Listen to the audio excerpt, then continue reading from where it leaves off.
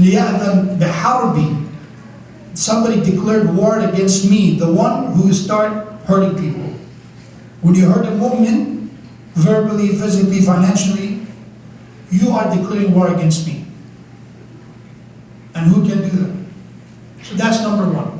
The causal alteration of blessing is number one. And I say why I talk about this hadith, it makes sense when I finish it. The second one, Imam alayhi salam said, is kufran al-ni'mah. When you're ungrateful for the blessing. Rather than being grateful, you do kufran. Kufran means when you deny that you have a blessing. You deny that even if you have a blessing from God, it's all my work. I studied hard. I worked hard. I've seen people say to their parents all the time, you didn't do anything for me, I did it myself. I paid for my own college, and they think because they paid for God, that they owe nothing. Regardless of how much you do, there's so much ni'mah and blessing that we don't even know. Remember when you were a month old, how did you take care of yourself then? Yeah? How do you take care of yourself when you're 5 years old? And regardless of how much we do, we cannot even repay our parents. Forget about Allah subhanahu wa ta'ala. We cannot repay them. So kufran al-ni'mah is the one who are ungrateful. So Imam Reza said, the one who are ungrateful toward people, they're definitely ungrateful toward Allah. If you cannot be grateful to the people who help you, how you can be grateful to Allah subhanahu wa ta'ala? You see people, you know them exactly, you met them, and you're ungrateful toward them. How are you going to be grateful toward Allah that you never met with your eyes? You're supposed to believe in His presence. That's the second sin that altered the ni'mah, and again it makes sense because it's a type of sin that is related to the consequence. If you're somebody who's ungrateful, it will impact your blessing. You're not grateful, it's going to change it. لَإِن شَكَرْتُمْ لَأَزِيدَنَّكُمْ. The third one, and that's the one I finished with, Imam Islam said the third reason that it alters blessing, changes blessing, is تَرْكُ عَادَةِ الْخَيْرِ. When somebody quit a good habit. That's a sin that leads to alteration of ni'mah. You had a good habit and you stopped doing it. A good habit of, let's say, giving charity every day. A good habit of going and start your day with kissing your mom's hand. That's the way. It was a habit. I saw it. I want to do it every day. A good habit of doing my morning prayers every day. A good habit of reading 10 ayah of Quran every day. It's a good habit. When you quit that good habit, it affects because it was something part of your life that makes you a recipient of that blessing. May Allah subhanahu wa ta'ala help us to be able to plan accordingly. And Allah help us to be able to follow through with those plans. And may Allah subhanahu wa ta'ala give us the tawfiq to resolve the problem of procrastination in our life, in every aspect, in every dimension of our lives, inshallah. Let's say salam to Abu Abdullah Hussein. We dedicate the thawab of this majlis to the daughter of Imam Hussein alayhi salatu wassalam. And in history we have that the name Sakina mentioned, Ruqayya mentioned, Fatima Sughra mentioned. They're different names. But we're talking about the 3-year-old child of Imam Hussein alayhi salam who lost her life in the ruins of Sham, and today there is a ziyarah for her. We dedicate the thawab of this majlis to this child. And we also pray for the soul of all of the marhumin who are buried in this graveyard. May Allah bless their soul. And also bless all of us, forgive all of us, that whenever it's our time, He knows He has the final decree for all of us. Whenever it's our time, we pray to Allah subhanahu wa ta'ala that we depart this dunya with forgiveness and inshallah receiving His mercy. Assalamu alayka ya Aba Abdullah wa ala al-arwah allati حلت بفنائك عليك مني سلام الله أبدا ما بقيت وبقي الليل والنهار ولا جعله الله آخر العهد مني لزيارتكم. Everyone together. السلام على الحسين وعلى علي بن الحسين وعلى أولاد الحسين وعلى أصحاب الحسين. put our head down because we're in the majlis of lamentation, musibah of Ahlul Bayt. When you go to a majlis of somebody who lost a loved one, the best way is to show humility, to put our head down and remember what they went through, not only physically, but remember that these are, as Quran said, إِنَّمَا يُرِيدُ اللَّهُ لِيُذْهِبَ عَنْكُمُ الرِّجْسَ أَهْلَ الْبَيْتِ. These are the ones that Allah said, we purified you from any impurity. And they went through all this. To be called Khariji, to be called Kafir, to be accused. The people that Allah purified them, being accused to be the enemy of God. How difficult it is for somebody in that status and level to be humiliated. Of course they tried, but they failed. But after the day of Ashura, the musibah of the family of Abu Abdullah Hussein started. When you say Awlad al-Hussein, in some English translation they say the sons of Hussein. It's not true.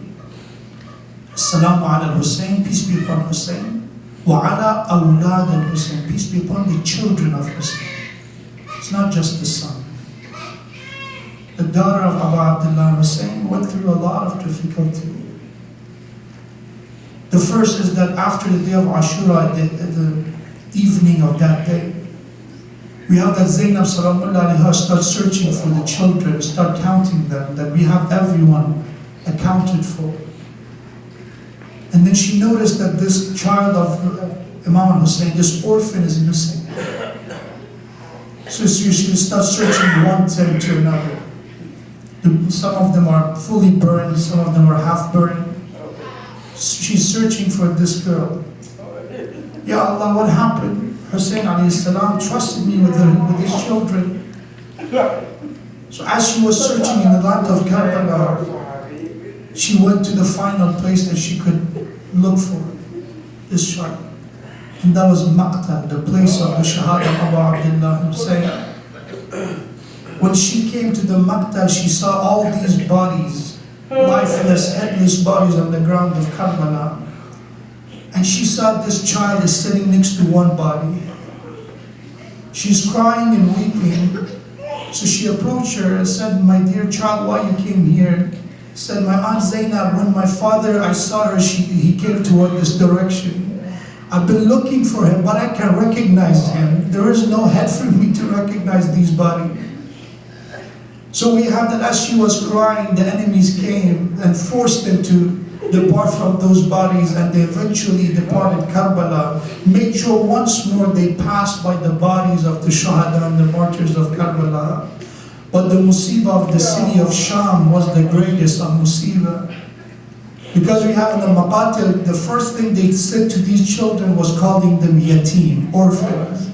That was the first time some of them heard 3-year-old, 4-year-old, they don't even know what it means to be yatim and orphan. So they placed them, stationed them in the ruins of Sham. In the ruins of Sham, what happened? And when Zainab Salamullah alayha said, Ya Hussein, your sister Zainab is ashamed that you trusted me with your children and I wasn't able to protect one of them. In the middle of the night, we have that this child woke up from her dream. She's crying for her father. She's asking for her father. So Zainab came to her and said, my beloved, calm down. Your father will be back. How you can explain to a 3-year-old, 4-year-old? So we have that she said, I saw my father in my dream. She told me that she will meet me soon. I cannot wait to see him. You told me that he will be back. It's been days. It's been days since you promised me that he will be back. Tell me when he will be back. So we have that Zainab Salamullah alayha comforted him. She fell asleep again. But then the second time she woke up and asked for her father, this time the pain, the wounds of all these captives, all the women and children, the name of Hussein started echoing in the ruins of Sham. And we have that the Yazid woke up. He was, in the neighboring courtyard of Yazid. He heard the sound of the cries and the weeping. So he woke up and said, what's happening? Why they don't let me sleep? What do you want? He said, one of the orphans asking for her father. said, okay, if they want their father, take the head of their father. If you don't have the body, take the head. Let them just be quiet, I want to see. So they placed the head of Abu Abdullah Hussein alayhi salam in a platter. Sallallahu alayka ya sayyidi wa ya mawlai ya Abu Abdullah. They brought the head of Abu Abdullah in a platter. They covered the platter. They placed it in front of Sakina. She looked at Zainab, salamullah alayha. My aunt Zainab, I didn't ask for any food. I want my father. The children of Sham calling me yatim and orphan. I told them I have a father. He will be back. I'll show you I have a father. Zainab salamullah alayha, as she crying, she told Ruqayya, my beloved, remove the cover. What you're looking for is here with you. She removed the cover and saw the head of Abu Abdullah. Imagine a 4-year-old, 3-year-old, when you see the head of your father. She placed the head on her lap, start talking to the father's head. My father Hussein, who has done this to you, who severed your head, why your beard is covered in blood, why your head is covered with ashes. You were not there when they attacked us. Where were you when they attacked our Aunt Zainab? You were not there when they were hitting children. You were not there when they were coming for us and stealing and looting everything. She's complaining, talking, venting with her father. Zainab salamullah alayha gave her a few minutes. After a while, Zainab came to see what's happened. She saw that Ruqayya's lifeless body is on one side and the head of Abu Abdullah on the other. The musibah of Zainab wasn't enough to see the death of her brothers, the death of her sons. Now they have to see the death of this 3 years old. They asked for a nurse to come and prepare the ghusl and washing of this child. This nurse is starting the process of ghusl. In the middle she stopped. She said, who is your leader? Everybody looked at Zainab. Zainab, Zainab. She came to Zainab, said, my lady, tell me what was the sickness, what was the disease and illness that this child passed away because of it. Zainab said, salamullah alayha, what are you talking about? This child had no illness. The nurse said, it's not possible. Wherever I tried to wash this body, every part is covered with blue spot and bruises. How is that even possible for a 3-year-old to be covered with all these blood?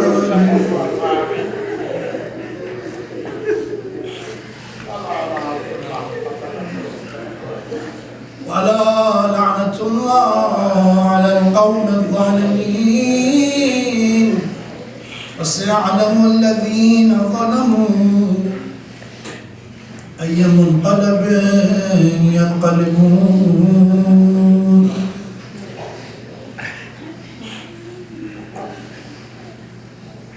Ya Allah, we ask you by the honor of Abu Abdullah Hussein to bless us with a compassionate heart, to bless us with kindness toward all humanity, especially the children. We ask you, Ya Allah, by the honor of Abu Abdullah Hussein, giving us a kind heart, a crying eyes for the love of Hussein and the family and the companions of Hussein. We ask you by the honor of Abu Abdullah to forgive all of us, forgive all the mu'mineen who are buried in this graveyard. We pray to you by the honor of Abu Abdullah Hussein, by the honor of all of the martyrs, to bless all of the marid, all those who are ill with shifa and recovery. We pray to you, our greatest and the most important dua we have is hasten in the return and in repairing and reappearing in the Imam of our time, Imam Sahib al-Asr wal-Zaman. Let's inshallah finish our majlis with the Matam of Abu Abdullah Hussein with the zikr of Ya Hussein. Ya Hussein.